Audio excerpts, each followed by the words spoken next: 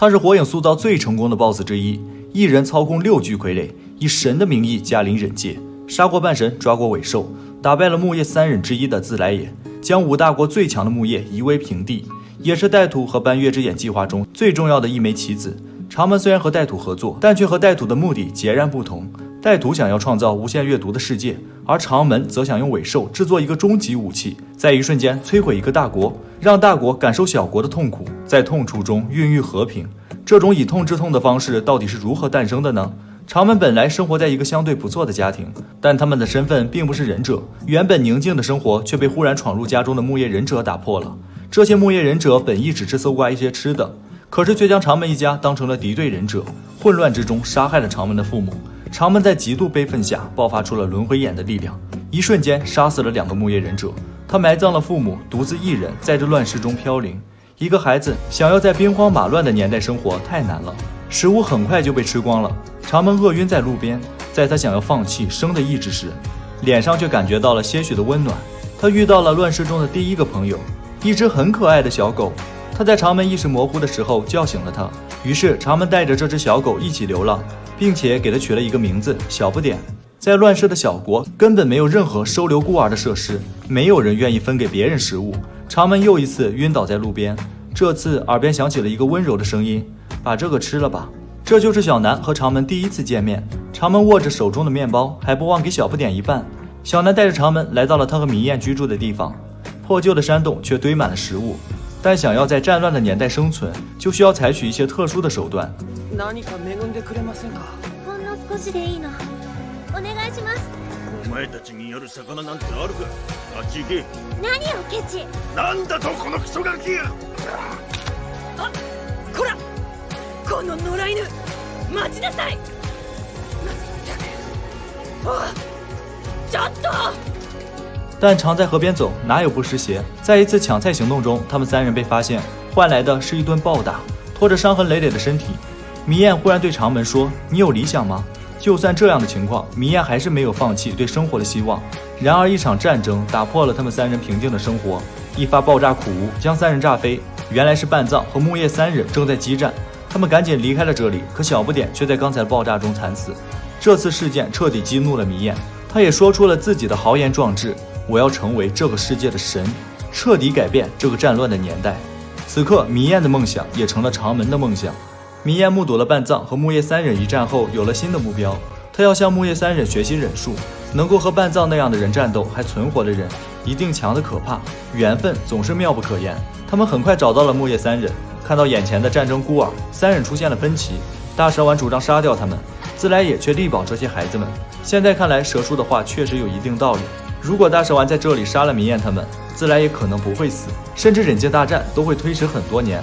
最终自来也决定他要留下来照顾迷燕他们，让纲手和大蛇丸先回木叶。在这些日子里，自来也教会了他们在乱世的生存方法，还有一些保护自己的忍术，同时开导长门，让他正确的控制轮回眼的力量。他告诉长门，你很有可能就是6道仙人转世，这个世界的救世主。自来也将意志托付给了长门，之后就离开了3人。长门3人不负重托，在这乱世找到了志同道合的忍者，组建起了名为小的组织。这种不依靠武力打造和平的想法一呼百应，小组织在忍界的声望也越来越高。所谓树大招风，很快小组织被半藏注意到了。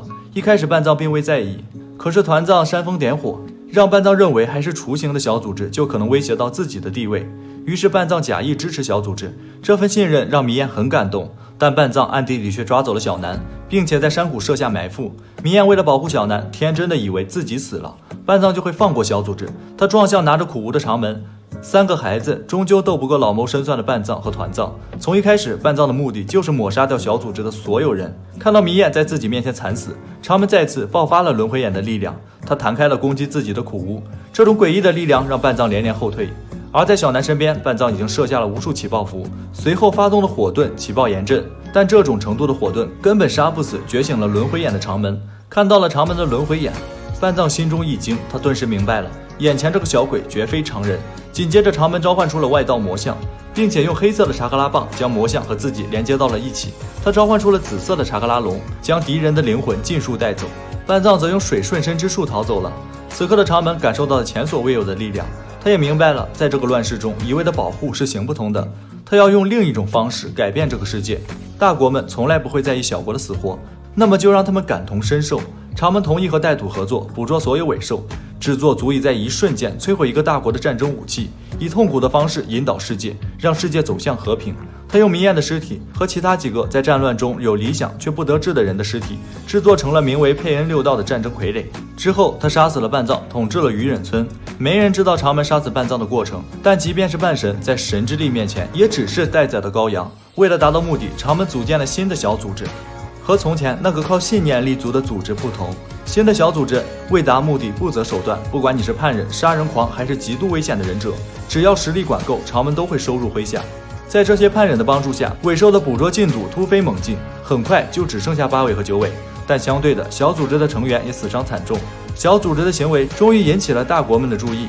这天，鱼隐村来了一个不速之客，这个人正是长门迷眼小南昔日的老师自来也。他太了解老师的实力了，在长门心中甚至高于半藏。他没有一开始召唤出6具佩恩，而是单独拿出了畜生道试探。小南先接见了自己昔日的老师。自来也看到小南已经长成了一个大美人，忍不住夸赞，但他没想到的是，眼前小南的纸手里剑竟然能够压制住自己的火盾。他对着小南吐出一股蛤蟆油，顿时间粘住了纸片。这时长门操控着畜生道登场，自来也看到畜生道的眼睛，心里咯噔了一下。为什么长门的轮回眼会出现在一个陌生人的身上？长门之所以选择这个佩恩，也是因为畜生道更方便试探敌人的实力，可以靠变色龙隐身，然后召唤出其他通灵兽佯攻。但长门没有想到，自来也早早学会了仙人模式，在2个仙人的帮助下，轻松找到了隐身的变色龙。以自来也的实力，单凭一个畜生道根本不是对手。无奈长门只能再召唤出2个佩恩，而这3个佩恩中，其中就有恶鬼道。同时面对3个佩恩，自来也丝毫不惧。本质来说，这场战斗也是3v3。仙人模式下，体术、忍术都发生了巨大的提升。自来也一脚就踢瞎了永远在打酱油的人间道，但他的忍术却着实被恶鬼道摆了一刀。不管是五幽卫门还是超大玉螺旋丸，都被恶鬼道尽数吸收。没有情报就是这种结果，白白浪费技能。但自来也很快分析出3个佩恩的能力，一个召唤通灵兽，一个吸收忍术，一个挨打。同时他们的眼睛是共同视野的，忍术、体术都很难占到便宜。自来也选择先撤退，既然人体不行，那么就试试幻术吧。他将3个佩恩引到了错综复杂的地下管道，然后2位仙人发动了幻术蛤蟆吟唱，这是一种声音类的幻术。一瞬间3个佩恩被禁锢，现实世界自来也已经了断了他们。然而让自来也没有想到的是，身后又出现了第4个佩恩，也就是修罗道。他一刀斩断了自来也的手臂，同时刚才杀死的3个佩恩也复活了。也就是在这个时候，形势逆转，战局对自来也非常不利。这时长门才有把握操控着6个佩恩出现在自来也面前。面对曾经的老师，长门没有犹豫，每一次攻击都是抱着杀死自来也去的。可就算是断臂的自来也不容小觑，他将畜生道拖入大海，利用结界忍术勉强打败了1个佩恩。其实这时候长门已经感觉不到自来也的气息了，但让他惊讶的是，明明可以逃走的自来也又折返了回来。自来也为了情报，更是为了验证预言之子的归属，甚至不惜赌上性命。这次长门也不再犹豫，事到如今已经没有什么可留恋的。他控制了6个佩恩一起攻向自来也，命中了自来也的要害。佩恩6道自信回头，自来也竟然靠着强大的意志支撑，将最后的情报传递了出去。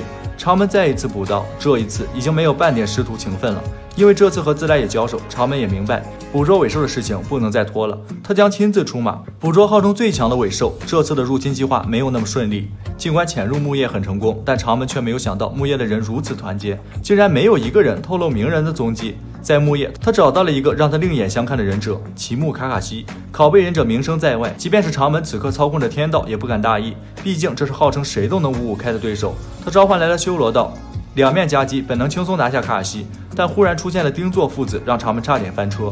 他们先是打坏了修罗道，然后卡卡西将快速分析的情报告知丁作父子，得到了天道弹开别人的术，冷却大概有5秒。在丁作父子用肉弹车和锁链的连击下，成功骗到了天道的神罗天征。